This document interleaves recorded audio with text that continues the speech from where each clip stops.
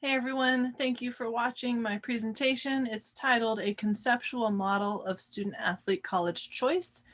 And my name's Carly Poster. I'm from California State University, Monterey Bay.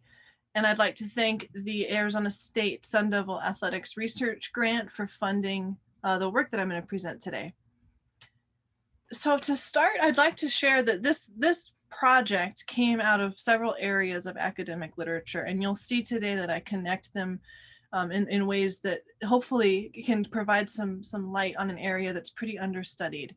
So it comes out of management, marketing, and communication. You'll see theories, all of those presented today.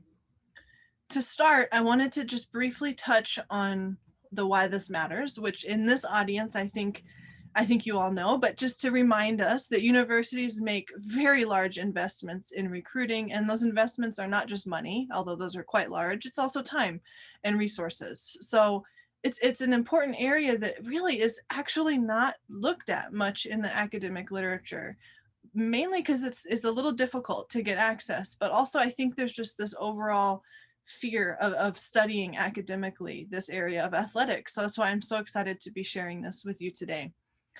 We know that good recruiting is what fuels this beast that is a highly lucrative beast, the multi-billion-dollar industry that is college sport. We also know that recruiting involves more than just the recruiter communicating at the recruit, but it's a multi-directional way of communication. It involves families, it involves the recruit trying to get recruited and reaching out, sending film to the organizations sending media and communications back at the student athlete and their family. And it goes on for quite a long period of time, often starting in high school, if not middle school, or even earlier. Now we hear for these young student athletes trying to make decisions that will set them up in life for their academic and athletic goals. And again, there's just really not a lot of academic work around the complexity of this. So I want to walk you all through first what we do know about college choice. This is in general how how the regular population of students makes decisions about college. The higher ed marketing literature has settled on a three-stage model of college choice that makes sense. It's similar to organizational literature on how people choose companies to go work for. A predisposition phase, a search phase, and a choice phase. And often in this search phase, students become pretty overwhelmed with this mass amount of information being, I was going to say thrown at them, perhaps delivered to them. And this just has really grown exponentially. It used to just be paper mail, snail mail, and now you just have constant text messages, social media posts coming through. So it's really just an unimaginable amount of data that comes at these student athletes, especially those who are in positions where they have multiple offers. We know that college choice is a consumer decision. And there's a whole line of literature in higher ed that argues that we could use consumer decision making as a way to assess college choice. Specifically, one that makes sense to me is this idea of a brand elimination framework. Similar to how we choose a favorite product, we first look at the pros and cons of all of them and then hone in on what specific elements we want, ultimately eliminating the other options and finding our true choice.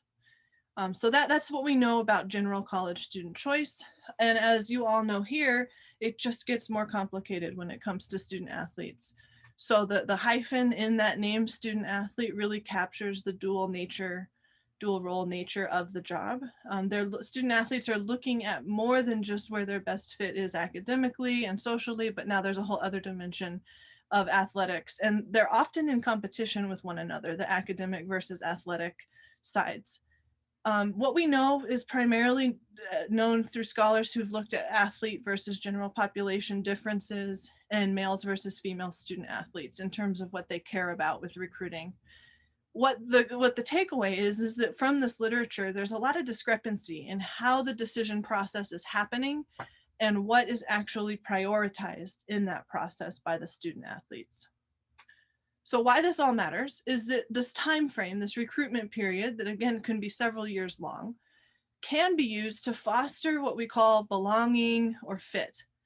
And yet we don't really know how it works. So to be better at doing that fostering of fit, I suggest we need a conceptual framework for it for understanding how student athletes make their college choice. And until now, I don't believe there's a clear way to capture what we call the relational feeling the athlete has. It's been more focused on functional benefits, which I'll detail in a little bit. The frame that I use for this comes out of the management literature, organizational identification. That is a pretty distinct form of how individuals identify with social groups around them. And it suggests that we define ourselves in relation to membership with the organization that we're part of. And that in doing so, we feel this sense of connectedness, oneness, or belongingness to the organization. And the more connected we are, and the more we feel our organization reflects our own predispositions and values, the more in sync we feel, and that we're ultimately happier in those organizations. So this theory, I argue, can help us to better understand a feeling of connection that candidates, or in our line of work, the recruits or student athletes, have when they are being recruited by an organization, such as by a recruiter or a school. I think it's very similar to high-level CEO type of recruiting in a massive organization. That's the level of recruitment that we're seeing where colleges are courting student athletes that they hope to join their team. So the conceptual model that I'm going to present really shows how student athletes, they have expectations and relationships throughout this whole athletic recruitment experience. And that those expectations and relationships contribute to what I call an affinity that influences their college choice. And in this piece, I forward a new construct that I hope is helpful to us. It's called StudentAthlete Affinity, representing this feeling of attraction and connectedness. And it's similar to that idea of how an employee may feel strongly identified with the organization in which they work. But here it's also, we're talking about the student athlete before they even join, how much they feel drawn to join the organization as they're in high school being recruited. So I want to show you the conceptual model first, and I'm going to build it backwards because the piece of the model that we know is that it ends with choice. So it's going to end with college choice. And as I just detailed, I suggest it starts with these interactions and relationships that are happening throughout the recruitment process. This may be with the student athlete or their family or larger unit of the family and then the recruiting organization.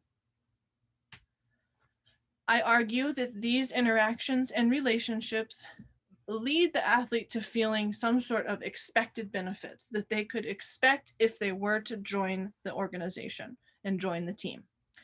And those could be relational benefits that have to do with the relationships they would build, or functional benefits such as maybe I could win a championship or my scholarship amount. Then there's this element of expectancies. And you'll notice that this doesn't feed into this box, but it's hitting this arrow. These are expectancies for how those interactions and relationships would occur. And then lastly, we have a route that takes us from benefits all the way to choice. So this would happen, we might talk to a student athlete who says, I don't want to go out of state. I want to stay close to home. That functional benefit of proximity to the school and home, that can just catapult you all the way over to choice. That's a clear, defined filter that they will be using to make their college choice decision. But there's also this gray middle area. I guess it's light blue, but gray in the sense that it's changing and it's flexible and we can do some work here. So this suggests that these benefits are routed through this idea of student-athlete affinity. And how this affinity is built is what ultimately shapes the student-athlete's college choice. You'll see in a few slides, I'm suggesting the affinity occurs on 3 levels: affinity that the student-athlete would have toward the people at the organization, like the coach, or maybe their new teammates; feelings of affinity or attraction to the university. So this may include elements outside of sport, how they feel about the academic or social life elements. And lastly, the brand. What does it mean to be, in this case, a Sun Devil? And does that fit with the identity I want as an athlete? What does the brand encompass? And then again, that could be the route through which we get to the ultimate college choice. So when I want to break each of these apart now, and I have a slide dedicated to each of the elements to just talk about them a little bit more. The first one, interactions and relationships. So these are happening through all the ways that we know the NCAA monitors: face-to-face communication, phone and video calls, chatting, text messaging, direct messaging on social media, all of the things NCAA monitors. There's also the idea of official visits. And I'm sure you all know, but you get 5 official visits where recruits can spend up to 48 hours on campus, fully funded by the recruiting organization. What is especially useful about this time is that the student athlete is fully immersed in the athletic, academic, and social aspects of university life. So they really get a preview of what it would be like to live and work there, work being them as an athlete. And I like bringing this idea up, this sample of Jim Harbaugh, who the story goes that he showed up at midnight, like 12:01 a.m. to maximize his time bonding with the recruit. So he had the full recruiting day planned, and it involved a sleepover and just being one with the family, hanging out, watching Netflix, to really build those bonds through this time of interaction. Another element that you saw on the model had to do with expectancies. Expectancies, this literature comes out of the communication discipline.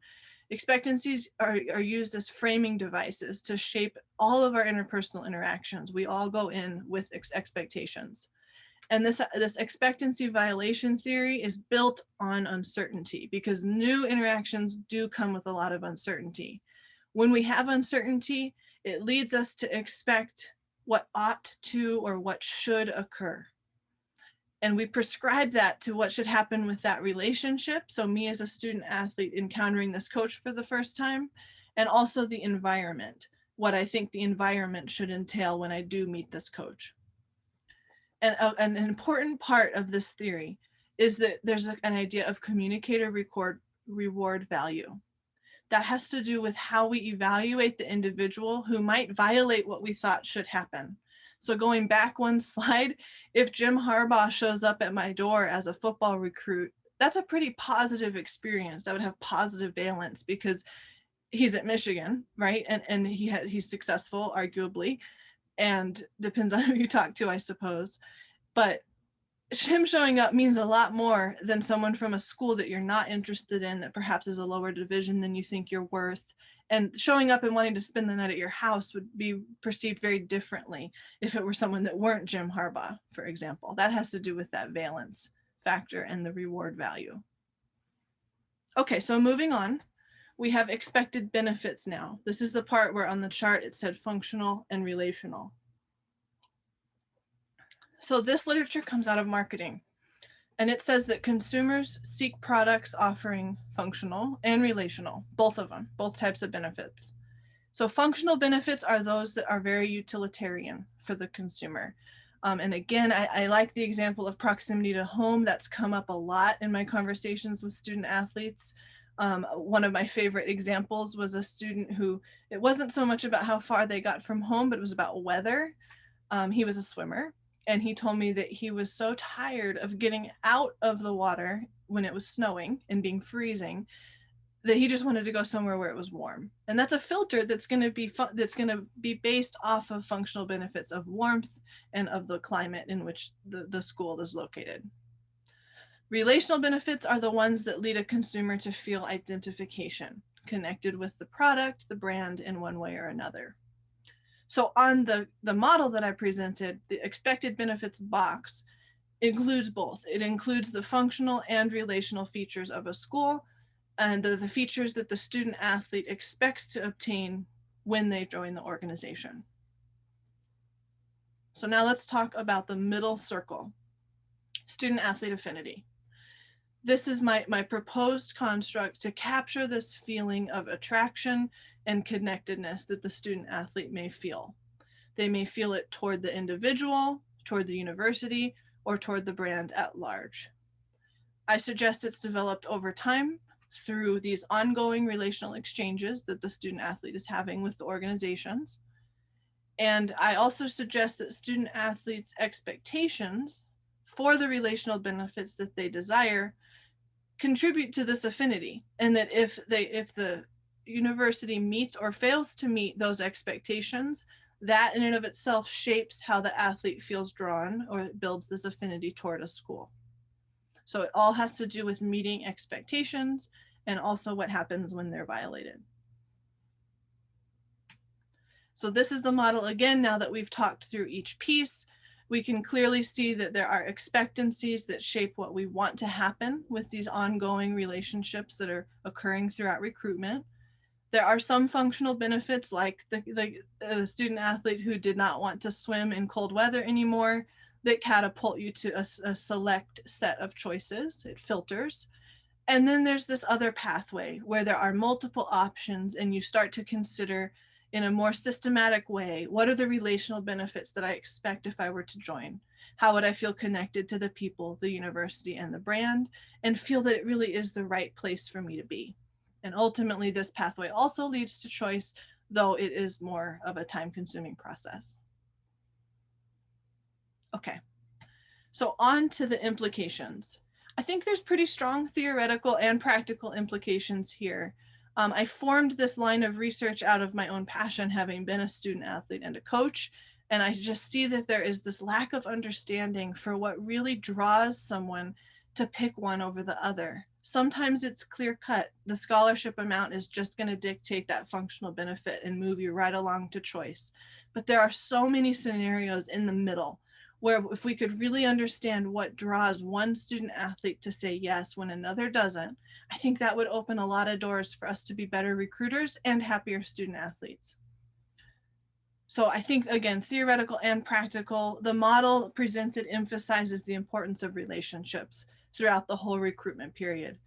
It's critical. The relationships are critical for student athletes to gain a picture of what life would look like at each university. The work frames student athletes' college choice, in part at least, as a relationally driven outcome, and I would invite additional work to further explore that proposition. I think student-athlete affinity is a construct that not only explains what moves a student athlete from search to choice while they're making the decisions, but it also defines their connection and feeling of attachment to a chosen school. So it's a multidimensional construct, that idea of student-athlete affinity, and I hope future research can help empirically distinguish between those three dimensions.